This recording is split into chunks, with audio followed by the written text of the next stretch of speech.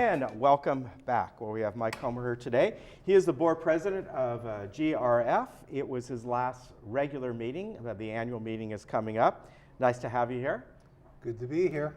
And a long meeting. It was over 4 hours and 20 minutes. The last meeting didn't stop us from going from 9:30 to 4 o'clock. Oh, yeah. Yeah. So you had a closed session. Yeah, that's right. Yeah.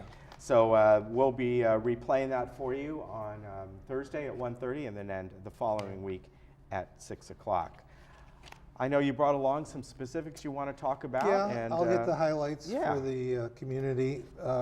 We always, of course, have member comments, and we always pick up valuable, hints from them. We had one resident talk about the condition of the pickleball courts. Yes. And we heard that, and we're going to try to accelerate that.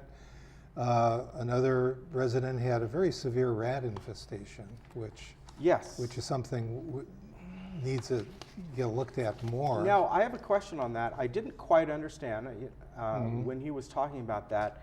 Were there rats that were actually inside his manor or in the yard? Okay, in his house. Wow. So, which indicates so the normal traps are not doing the job. Something else needs to go on. And someone else mentioned the automatic defibrillator thing, and I guess we have a couple, and we've looked into it, and there are some issues with liability and keeping them up, but it's still a work in progress. Okay. I did mention that we normally would have passed a bunch of resolutions that were in the 30-day period, but we didn't have 30 days between October 7th and yesterday. So they actually go to the December meeting, so they get more than 30 days. And those would have been the speeding fines, restricting gate access to visitor passes at gate 12. We had a couple policy or resolutions on events and media. So it's still open to comments, so people can go online and look at the website and go over and read the full resolution if they want. We did enact or pass a number of resolutions that came up from committees. We are going to replace the Trex rails at the bocce court. They failed. We're going to consolidate the nurseries into one area, which will be a cost-saving thing. And we're going to purchase chairs for the clubhouses, replace some of the bad chairs, and a few others. The one that probably got the most debate was the discussion we had on the gate access system. Yes. And as you know, last month we passed a resolution, excuse me, to authorize, I think it was $362,000. That's right. To go forward with a pilot project. And the debate wasn't so much about the project as it was the number. And a lot of people are afraid of the number because they think once you establish the number, that's going to be it. And the process we have is interesting in that when you start a project like this, we have a number in the reserve plan, and that's kind of the starting point. And we found that a lot of the numbers in the reserve plan are high, or higher than we would expect.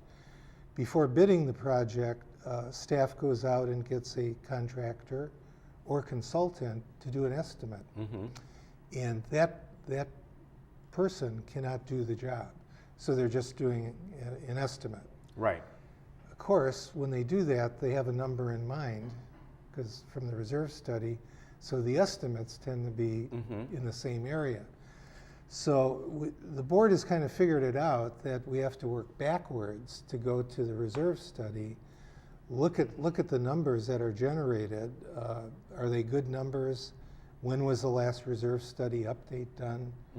Are they based on solid facts? Right. And then, of course, when we get the estimate, we probably need to control that and say, just because there's a number here, it doesn't mean that's the number. Scope of work, just give us an estimate. So it really came down to a matter of, can we control this expense, or is it just a number that we've floated out there and that's what it's going to be?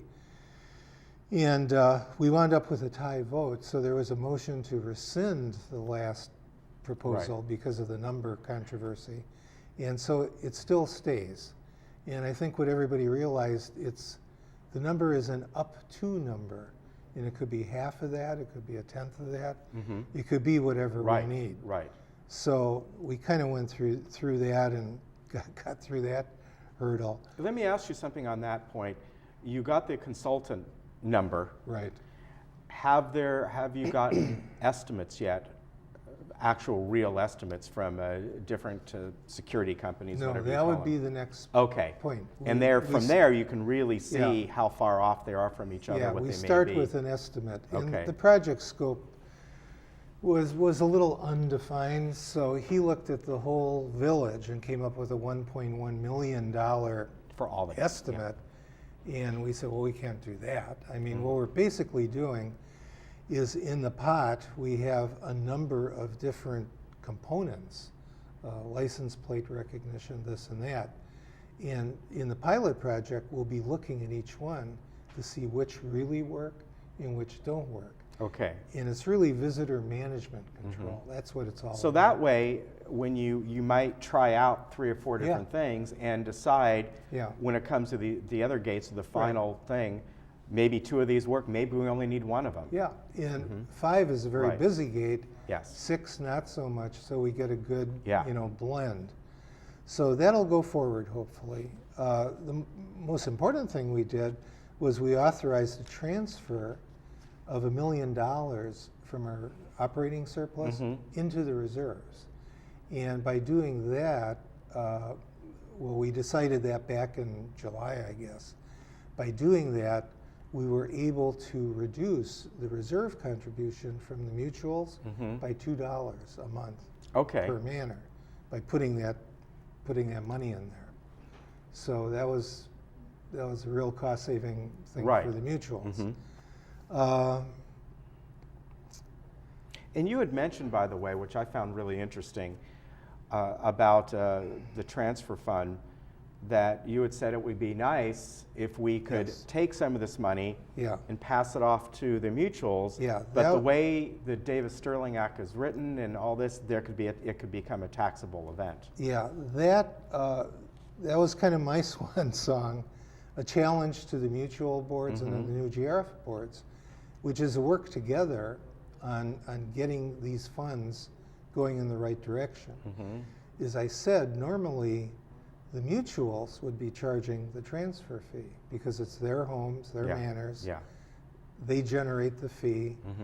Unfortunately, because of the way Davis-Sterling was written and changed and amended, only GRF is able to make that fee. And that's because of an amendment that allowed an HOA that is under a trust agreement to do that. So basically, they're collecting the money. Is it really their money? Well, legally it's their money because it flows into GRF. The problem is that the GRF reserve is very well funded. We have a $6 million cushion underneath, our needs. So if you look at the reserve funds for the mutuals, particularly United, where I live, and I looked at a reserve study, needs a lot of money in the fund to really get it up to where it should be. And we just can't go around special assessing people $10,000 or something to get there. So if we can get that money diverted back, either as a savings to the mutual, as you did with this, as we just did with the surplus, which might be on a monthly basis, I would think, as the transfer fees come in, then we simply reduce what the mutual has to send that month. Right, and in reality, that mutual would take that same savings and not so much lower their assessment. If they wanted to, they could, but in reality, they put it where they need it, in their reserve. Yeah, I mean, that's the smart way. Yeah.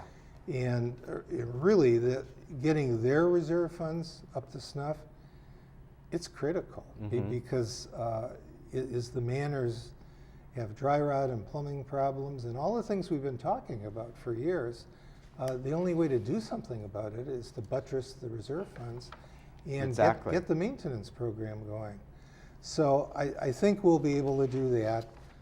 The other thing I talked about is another challenge, is to get the trust revision going, to take that 50-year-old document and make it into a 21st century operational document that specifies the responsibilities of GRF and the mutuals and gets them operating in a real integrated manner.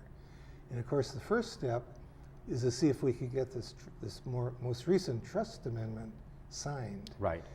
And I said, we really need to have collaborative discussions with Mutual 50. No need to demonize them, just try to figure out where they're coming from, why they have that point of view. And I did point out kind of a circular logic, which is if they feel that we should have sole power, that we're wise people, then they should follow our directive and sign the amendment. On the other hand, if they think we're not so bright, they should sign the amendment to take away the power. So either way, it kind of comes back to getting it done. Exactly. Yeah. All right.